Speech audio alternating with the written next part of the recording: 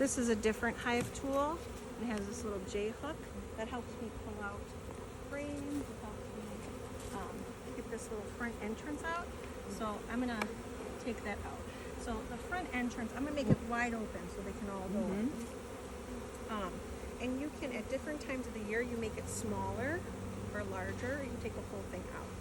So in the fall, I'm going to have it as small as possible because you have things like yellow jackets and that want to come in and steal the honey or eat the honeybees.